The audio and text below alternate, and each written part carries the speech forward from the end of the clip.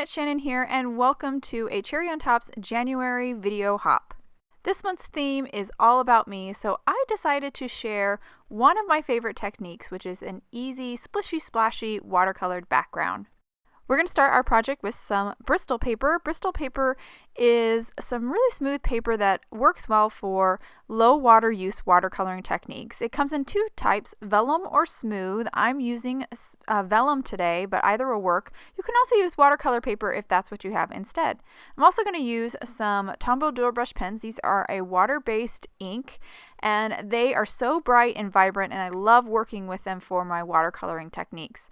I also have a spray bottle with some water, and then I have a rocket air blaster or blower. This is actually a tool used to clean lens cameras, but it will work as a powerful blow on our activated ink, and we'll be able to kind of move or blow that ink around and create these really beautiful drippy backgrounds. I'm going to start by simply coloring my panel with my Tombow dual brush pens. I'm just kind of creating a stripy, basically almost painting or coloring those drips at the get-go. And once I finish coloring that, I'll then grab my spray bottle and I'll start spritzing this panel with that water. And you can see right away that ink starts to activate and it's moving. And then I'll grab my blower and I'll just start pressing on it and blowing and directing that activated ink down the panel to create this drip kind of look. If you don't have a rocket air blaster or blower, you can also use just a straw. Blowing through a straw directed at the ink will also move it down the page as well. And I'm just about done here. I did this all in real time. I didn't even speed this up, so it goes pretty quickly. And once I can get this, the drips the way I want them to look, and I do want to point out my paper is bowing out a little bit too, and that it'll kind of flatten out once it's all dry. So don't worry if your paper kind of bows out at the middle. And here's the panel completely dry. Again, look at how vibrant those colors are, so beautiful. Now we're going to move on to die cutting this panel with the Quilted Hearts texture die. This will create a beautiful stitched detailed background with the hearts and even some pierced hole openings. Their hearts are kind of hard to see, so I am going to kind of make them pop a little bit more with these stencils. These stencils are intended to accompany this die. I grabbed the stencil for the largest hearts, lined it up with the stitched hearts that the die created.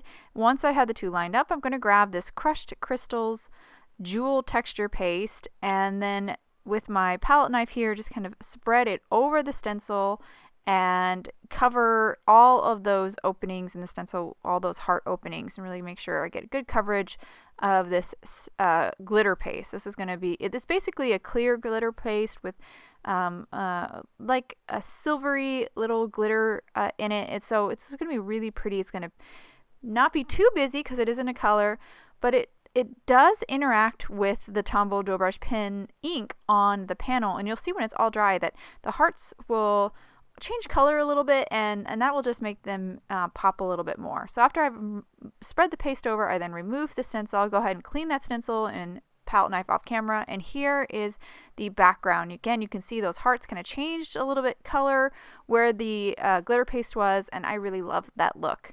Now we're going to move on to the concentric hearts die from Waffle Flower Crafts. I'm going to die cut this out of some white cardstock.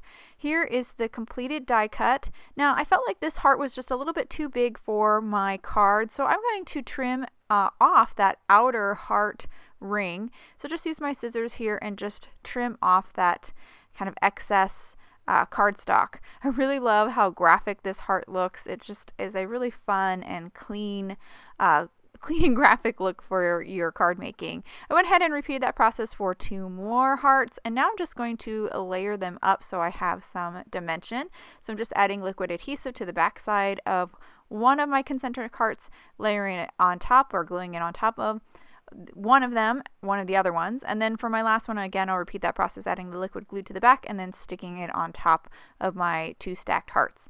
So here's my completed stacked hearts. Now I actually want to die cut a little kind of holographic glittery heart for the center. So I've cut this little bit of cardstock and I'm just going to place it into that center, use a piece of tape to hold it in place. I don't want to cut the whole bit of cardstock. Because I just want that little heart. And there's our cute little holographic heart that's going to really draw your eye to the center of the card. Now for my sentiment, I'm using the oversized heart stamp set from Waffle Flower Crafts. I'm going to stamp it onto some black cardstock, but I am going to heat emboss, so I did apply some anti-static powder first.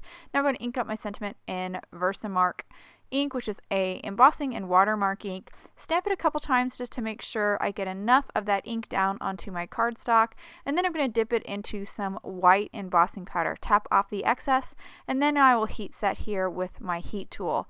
After I heat set my sentiment, I am going to trim it down. I do trim it off camera with a craft knife and a ruler, just so I had this beautiful, simple sentiment strip, and that's going to be our sentiment for the card. Now we're ready to kind of put this together. I'm going to start by adding liquid adhesive to the back side of our watercolored panel, stick it down onto the front of an A2 top folding white card base. You can see that panel is a little bit smaller than the card front, which will mean we have this really pretty white border around, which will really incorporate that concentric heart that we die cut and stacked. Now that that is set, I'm going to add some glue to our concentric heart and add it to the center of the card. Once I get that placed down, I'll then just hold my hand on top of it just to kind of hold that heart in place till that glue sets up a little bit, because we are gluing it on top of that glitter paste. Once that is set up, then I'm going to grab my little holographic glittery heart, remove the backing on the foam adhesive that I added to the backside, and place it inside. Then for our sentiment strip, I did double up the foam adhesive on the very ends of the right and left side of our sentiment, just to kind of make sure it sits kind of level, because it's on top of that stacked concentric heart. And then stick that down. Now I'll hold it to the camera so you can get a good look at all the details in this really bold and vibrant card. I love the contrast of that really organic, splashy background with the kind of hard lines of the concentric heart, and of course that those glittery hearts in the background are just so pretty and really add a lot of bling. I hope you guys enjoyed this card and video. If any questions about the products I used, please check out the links below in the description. Thank you so much for watching, and I hope you have a wonderful day.